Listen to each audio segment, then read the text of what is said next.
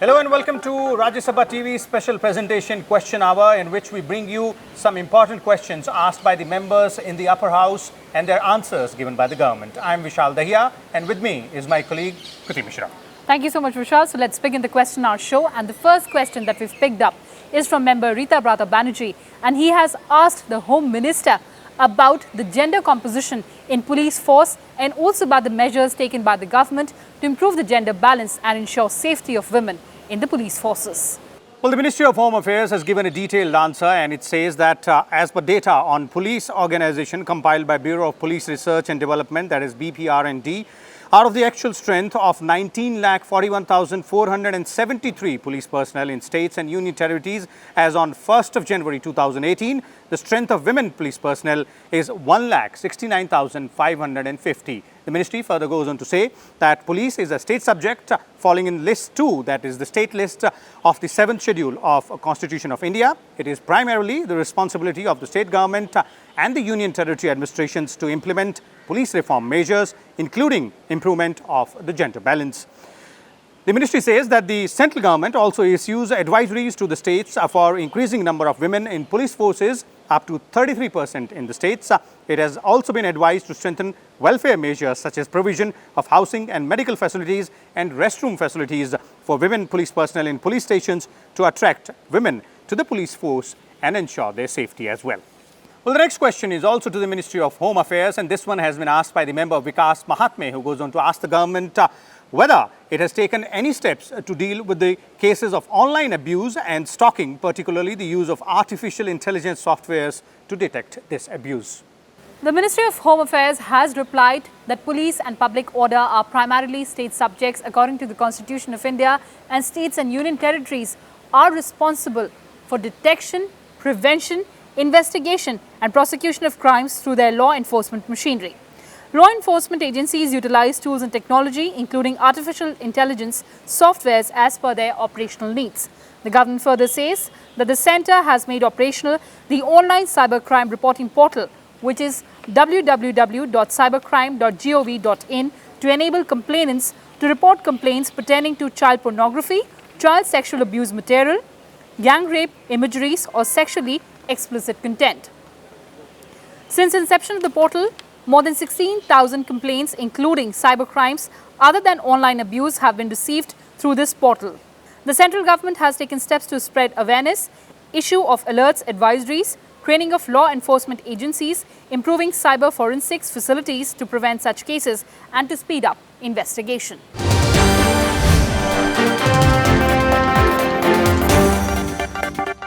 Member of the Rajya Sabha, Dr. Vikas Mahatme, is joining us on the Question Hour show. Welcome to Rajya Sabha Television, sir. You asked a very pertinent question on online abuse. What is your take on government's response? Actually, you can see that cyberbullying, ये दिन ब दिन बढ़ने वाला crime हो रहा है.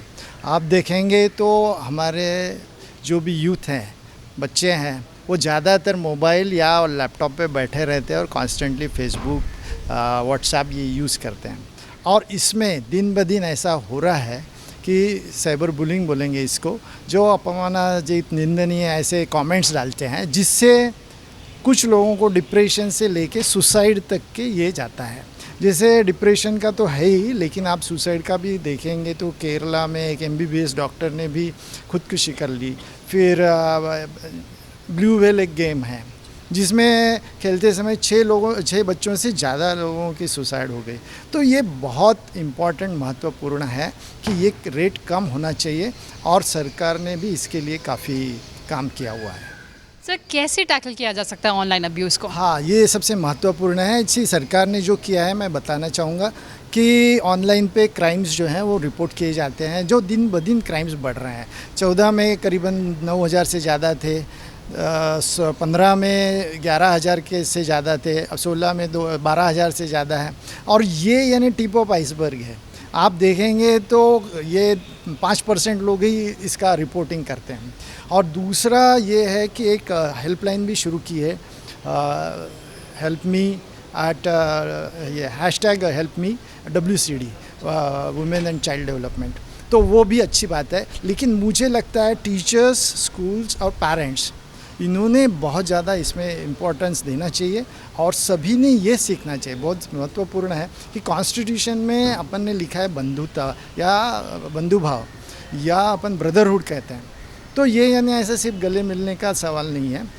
किसी का भी जो भी है उसके विचार मेरे से मिलते जुलते ना हो, बिल्कुल भिन्न हो, फिर भी हमारा दोनों में आपस में प्यार रहेगा, प्रेम रहेगा, ये बहुत ज़रूरी है। तब हम कोई भी विचार को अच्छे से अपना सकते हैं, यानी वो उससे असहमत हो पूरी तरह से, लेकिन सुन सकते हैं, उसके ऊपर उससे बहस कर सकते हैं, चर्चा कर सकते हैं। लेकिन हम ये इस पे ऐसे बुलिंग तक के नहीं जाएंगे ताकि लोगों को परेशानी हो। ये यदि इतना भी हम स्कूल्स में हम अपना पाएँ, सिखा पाए, तो मुझे लगता है ये परेशानी बहुत सारे यानी जो परेशानियाँ हैं वो अपने आप ही कम हो जाएगी।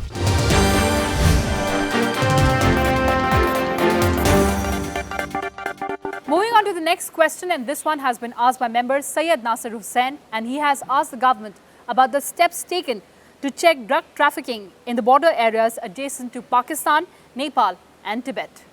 Well, the Ministry of Home Affairs has given a very detailed answer to this question and has pointed out the steps taken by it to go ahead and check the drug trafficking in border areas. And it says that border security force has been deployed along Indo-Pakistan border and undertakes various measures to curtail drug menace, such as review of surveillance through vulnerability mapping of border outposts and deployment of additional manpower. Now, the BSF also undertakes constant patrolling, strengthening of intelligence network and coordination with sister agencies. They also conduct special operations and anti-tunneling exercise in vulnerable areas.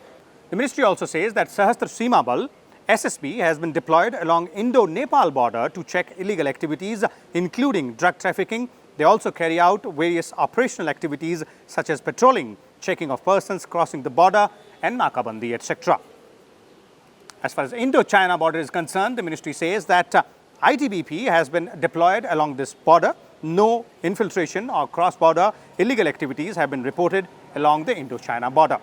The ministry also says that BSF and SSB guarding international borders of Pakistan and Nepal respectively have been empowered for search, seizure and arrest under sections 42 and 67 of Narcotics, Drugs and Psychotropic Substances, that is NDPS Act 1985.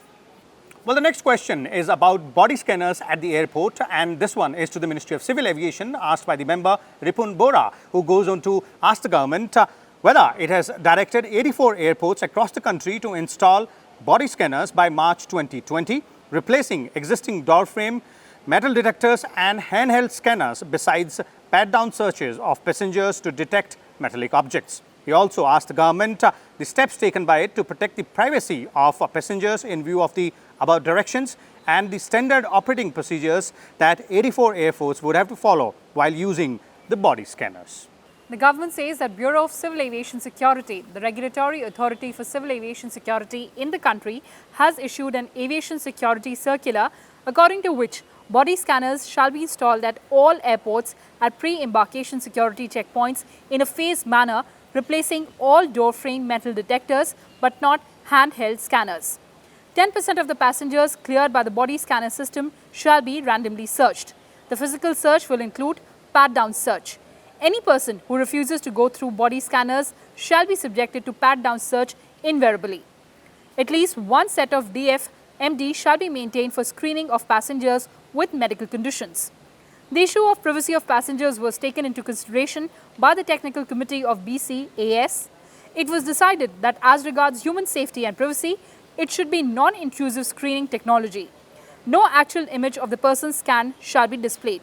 Screening should be automatic target detection with image resolution to eliminate privacy concerns. As per technical specification, body scanner system shall provide automatic detection over the skin with image resolution using a generic mannequin. Threats shall be graphically presented on the generic mannequin so the security staff can tell the location of these objects for targeted search. However, if a person or a lady with medical condition expresses concerns, he or she may request a physical search in lieu of a search using detection systems such as handheld metal detector, walk-through metal detector or body scanners. In such a case, private screening is also arranged. Moving on to the next question, and this one is also to the Ministry of Civil Aviation, and this one has been asked by member Binoy Biswam, and he has asked the government whether it is aware of the unjustified tariff hike imposed by airlines to various sectors in the country. Well, the government, specifically the Civil Aviation Ministry, in its response says that the provision of approval of airfare by the government was done away with the repeal of Air Corporation Act in March 1994. The ministry further says that all scheduled domestic airlines are required to display route-wise and category-wise fares on their respective websites in compliance to the applicable regulation. Due to suspension of operation of Jet Airways and grounding of Boeing 737 MAX, there was a reduction in capacity in few domestic sectors. Now, with a view to maintain transparency as advised by the Ministry, Directorate General of Civil Aviation, that is DGCA, started monitoring of airfares on certain routes selected on random basis to ensure that the airlines do not charge airfares outside the range declared by them. During monitoring, it was observed that though there was a marginal hike in airfares, it remained within the fare brackets established. Subsequently, some of the domestic airlines started inducting more aircrafts in their fleets, which resulted in an increase in the capacity on the domestic sector, as a result of which fares are observed to be fairly normalized at present. Well, the next question is to the Ministry of Petroleum and Natural Gas, and this has been asked by Prabhakar Vemi Reddy, and he goes on to ask the government about the district-wise percentage of population covered with LPG connection under Pradhan Mantri Ujjwala Yojana. Also, whether the ministry has decided to provide LPG to all by 2020. The government has launched the Pradhan Mantri Ujjwala Yojana to provide deposit-free connections to the poor families who do not have LPG connections, subject to fulfilling other terms and conditions. The scheme is under implementation since 1st of May 2016. The scheme is implemented across the country, and as on June 20, 2019, more than 7.23 crore connections have been provided to poor families. The number of LPG connections issued under the scheme varies across districts depending on the number of eligible poor families. As on June 20th, 2019, OMCs have released 22,303 LPG connections in Nellore district of Andhra Pradesh under the scheme. Currently, the LPG coverage in Nellore district is about 91%. The next question is by member Sanjay Seth, and this question pertains to the Ministry of Labour and Employment, and Mr. Seth has asked whether it is a fact that Code on Wages Bill 2017 and 3 other codes on labour laws have not been approved by the Cabinet yet. Well, the ministry in its answer says that the Code on Wages Bill 2017 was introduced in Lok Sabha on 10th of August 2017 with the approval of the then Cabinet. Subsequently, the Parliamentary Standing Committee on Labour had examined the Code on Wages Bill 2017 and presented its report to the Lok Sabha on 18th of December 2018. However, with the dissolution of the 16th Lok Sabha, the same has lapsed now. Therefore, Draft Labour Code on Wages Bill 2019 has been prepared after considering the recommendations of the Parliamentary Standing Committee on Labour.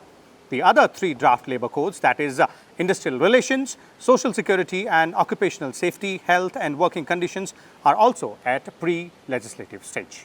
So, Kriti, that's all we have for our viewers in Question Hour. That's right, Vishal. Prashn Kal with our colleagues Kriti Singh and Arvind Singh on the other side. Stay tuned.